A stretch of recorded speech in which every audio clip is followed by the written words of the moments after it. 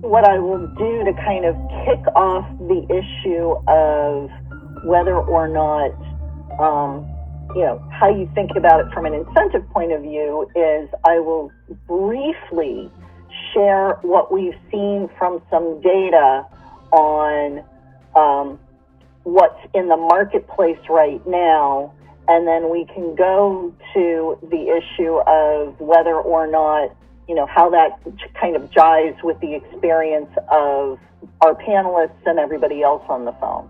So we polled looked at the Russell 3000 for last year's proxies, not this year's proxies, because of course those are just now starting to trickle out.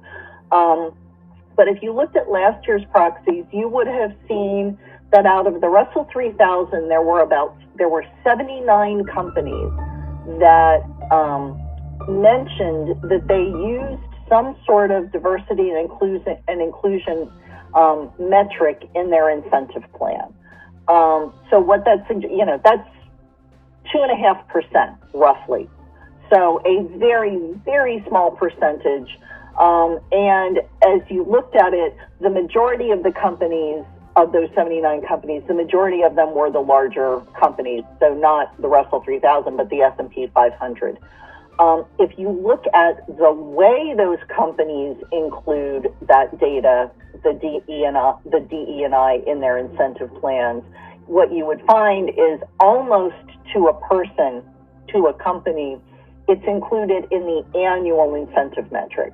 So while in theory, we are all on a DE&I journey, and it is very much a long-term fix. This isn't something you can just flip a light switch on and fix it. Notwithstanding the fact that it's a long-term issue, from an incentive and compensation point of view, people have chosen to put it in the short-term incentive plan. There's a bit of a disconnect there, but we can talk about whether or not that's the right place and whether or not that makes sense. When you look at how companies include it in the incentive plan, what we see is that there is a majority of companies who simply mention it as part of kind of an overall strategic or qualitative metric. It's not a standalone measure. It's kind of incorporated into a broader measure that's called business case or strategic metrics. There's a very few number of those 79 companies that actually use it as a standalone metric. So clearly, if you think about incorporating DE&I into an incentive plan, we are at the very, very early stages of this process for most companies. If you are a company that has this in your incentive plan as its own weighted standalone metric, you are an early mover. Most companies don't yet. I would predict that, if you think about this, these are 2020 incentive proxy statement disclosures. So they're reporting on 2019 plans before the pandemic, before George Floyd, before Black Lives Matters, before a whole lot of things that have changed the social dynamic. I would expect that when we do this same analysis at the end of the current proxy season, and we're looking at the 2021 proxies that are reporting not only what companies did for 2020, but what they're planning on for 2021, we're going to see these numbers move up. And maybe substantially, although even with a substantial movement, it's still likely to not yet be prevalent practice.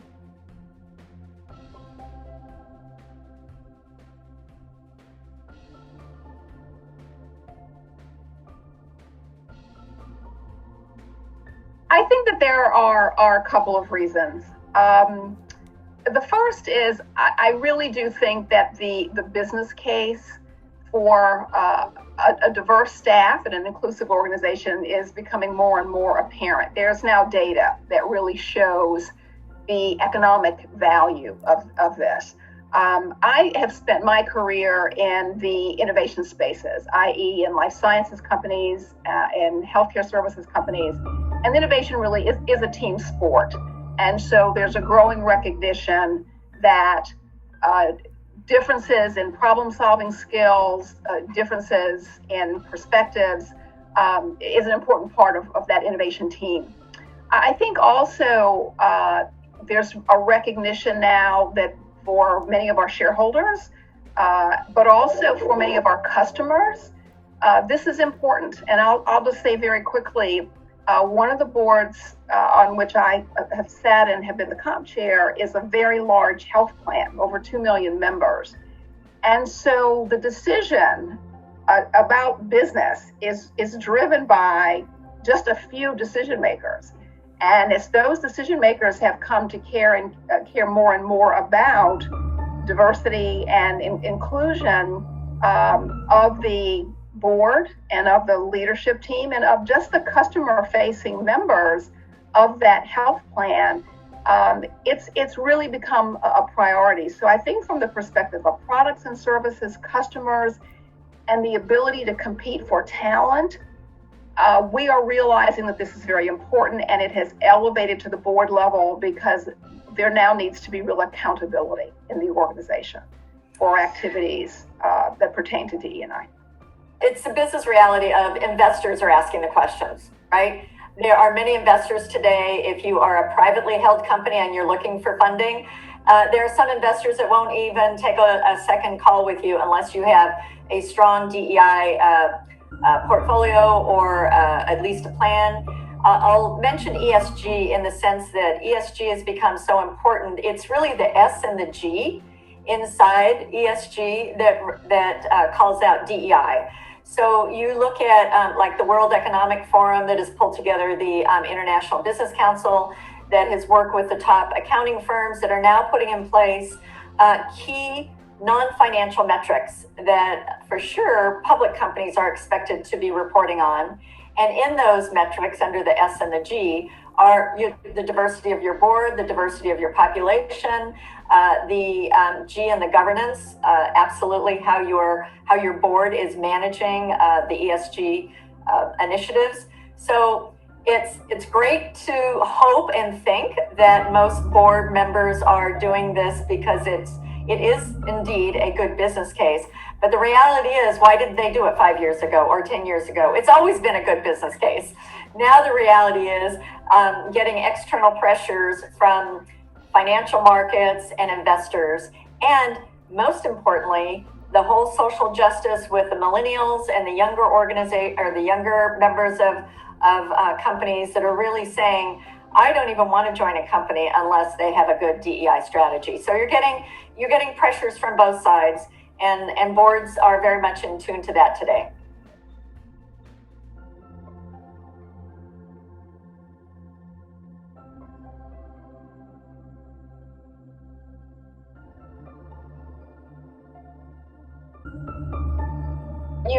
You raise an interesting point that maybe the rest of us have heard in boardrooms or management meetings where they say, well, we just can't find the qualified talent. You know, people of color just aren't at these senior level jobs in order for us to draw from, or we haven't seen any qualified women to be, selecting from. And that's assuming that the aperture that they're looking at is so narrow that they're not broadening out their, if you are saying in order to have a board member join you, that they have to have previous board experience, for example, well, you've just narrowed your field down, by 3/4 instead of being willing to take a new first-time board member. If you're saying your board member has to have been at the CEO or CXO level of a billion-dollar company in order for them to join. Well, once again, you have just limited your pipeline, by 3/4. So to your point, as you state, making sure that you've got your criteria correct and that you're not overweighting based on gender or ethnicity, but at the same time, making sure that you are broadening your management's view of who they should be selecting for these senior level jobs.